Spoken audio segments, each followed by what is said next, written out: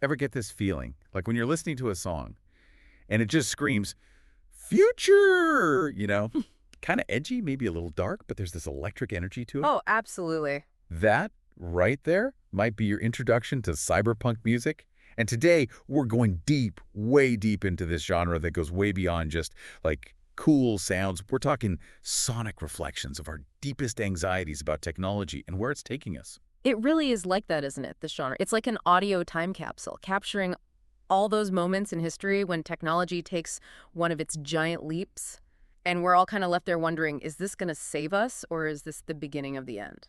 And there's no better place to start than the decade that gave cyberpunk music its footing, the 1980s. Think neon signs cutting through the smog, these massive skyscrapers owned by, like, these all-powerful corporations. Ah, the 80s. It was also the decade that gave us Blade Runner, right? And that iconic Vangelis soundtrack. I mean, talk about music that wasn't just futuristic sounding. Mm-hmm. It had this haunting, ethereal beauty that just fit perfectly with the whole mood of the film. It really does. It's like the soundtrack itself is whispering to you, the future's here, Yeah. but are you sure this is what you signed up for? But cyberpunk, it's not all sleek synths and neon, is it? No way. As the 80s went on, things got a little more raw, a little more rebellious. That's when industrial music started to take hold. Bands like Nine Inch Nails, they tapped into a whole other kind of anxiety. This one, I think, was fueled by the whole Cold War thing going on and this very real fear that technology could be our downfall. It's really interesting to think about because you get synthwave on one hand, and it makes you think of like these shiny utopian futures. Then industrial music throws you right into the heart of like a full-blown machine uprising. It really does. Think about it. Industrial music, all those harsh metallic sounds, that reflected a world where technology wasn't just some tool. It was a weapon. It resonated with people who were seeing the cracks in the facade of progress, the potential for technology to be used for control, for oppression. Right. The cyberpunk soundscape isn't just giving you a glimpse of the future anymore. It's a straight-up warning siren. And honestly, I think that's what makes this music so powerful, so engaging. It's not just background noise. It makes you stop and think. It's a conversation starter. 100%. And as technology changed, well, so did the conversation. Then the 1990s hit, and we're starting to see the digital age take shape. Those anxieties about, like, nuclear war, these started to shift. People were grappling with this new fear of losing themselves in a world that was becoming all about ones and zeros. And all of a sudden, we're in the clubs, the music's pumping, Yeah. and cyberpunk found itself a new home. Techno. Oh, yeah. That relentless techno beat, the way it can make you feel energized and totally overwhelmed at the same time, that captured the feeling of the digital age perfectly. This was the time of The Matrix, a film that brought cyberpunk right into the mainstream. Okay, so let's recap. We've gone from those synth-drenched cityscapes, taken a detour into the industrial underbelly of the future, and now, boom, we're plugged straight into the digital matrix. It's wild, isn't it? And just like cyberpunk books were wrestling with the big questions like, what does it even mean to live in a simulated world? Techno music became the soundtrack for this whole generation that's starting to question the nature of reality itself. You know, it's amazing to me.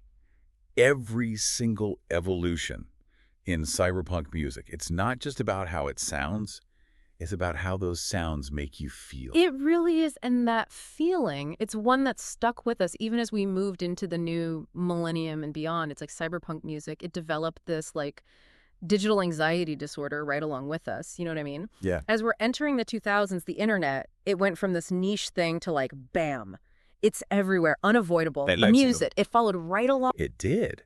And out of the darkness, we get glitch, dark ambient. Suddenly the music's like as fragmented and uncertain as like, remember those dial-up connections? Exactly. Remember those sounds. All broken, distorted, these unsettling atmospheric tracks. Yeah. It was like listening to the digital world just decaying from the inside out. It really was. Mirroring all those anxieties from the early days of the internet, you know? It makes you wonder, like, if things had gone differently back then. Yeah. Would cyberpunk be, like, upbeat? What if the internet had stayed this, like, utopian place for sharing cat pictures and... Interesting. But you're right, though. The music, it really captured that specific anxiety of the time. Cyberpunk raiders, they were already diving into the dark side of this whole digital world. Yeah. Hackers, viruses, information overload. It was all right there in the stories. Yeah. And glitch, dark ambient, they brought that anxiety to life, sonically. Totally. It's like the fear, it went from, like, This far off, the robots are going to rise up Yeah. to something way more internal. Yeah. It's like, what if the real danger is that the technology we're building? What if it turns us into these fragmented, isolated Versions of ourselves. Exactly. It's a theme you see throughout cyberpunk music when you really get into it. Yeah. This fear of losing our humanity because technology is moving too fast. Right. But in the 2000s, Yeah. it wasn't just some external force we were worried about controlling us. Yeah. It was about losing ourselves in the very systems, the ones we were creating. It's wild. Okay, so we've gone from like the existential dread of Blade Runner to, bam, the in-your-face aggression of industrial, Yeah. and then to the digital unease of glitch. And the whole time, it's like each one of these is building on what came before it.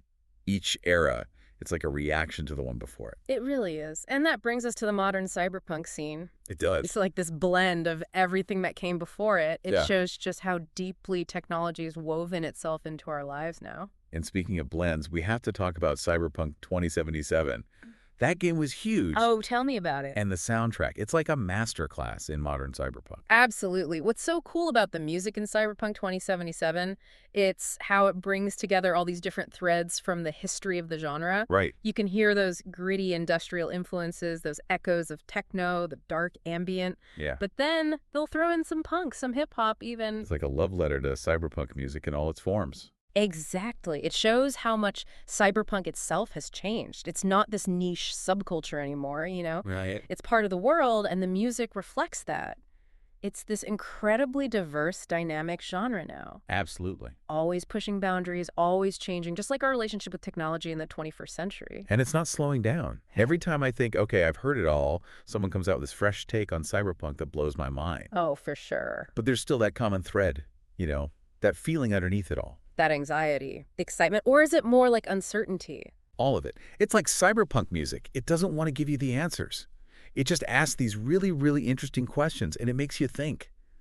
Yeah, you really nailed it there with the questions. Well, that's what keeps bringing me back to cyberpunk music, I think. It's not just about, like, tapping your foot. It's about really tapping into those what-if questions. Right. Like, what if our tech keeps getting smarter faster than we can handle? What if the future isn't all, like, flying cars and robot butlers? What if it's different? That's what cyberpunk's all about when you get down to it. It's not about, like, actually predicting the future. It's about taking those possibilities, the good and the bad, and really digging into them. And the music, it gives us this way to actually experience those possibilities, to feel those anxieties, those hopes, like in our bones. It's true. It's like when that bass drops or you get that distorted synth hitting you, it's not just a sound, it's this whole physical thing. It makes you stop and look around, like really see the world you're in. Exactly. And I think that's why cyberpunk music matters so much today. I mean, think about it. We're living through this time of insane technological change. Artificial intelligence, virtual reality, biotechnology, you name it. It's all changing so fast. It's true. It's like we're living in some cyberpunk novel that's being written as we speak. And the music. It's like the soundtrack to all of it. 100%. So the next time you hear a song, you know the ones I'm talking about. Dark, driving beats, haunting, futuristic melodies. Ask yourself, is this cyberpunk? And if it is, what's it trying to tell you about how you see technology, about the world we're all building together? It's not just about the music itself.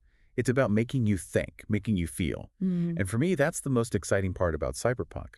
It never sits still. It's always changing, always asking the tough questions. And it never stops pushing us to imagine what the future could be. I love that. That's a perfect way to put it. It's a journey, that's for sure. And sonically, totally worth taking.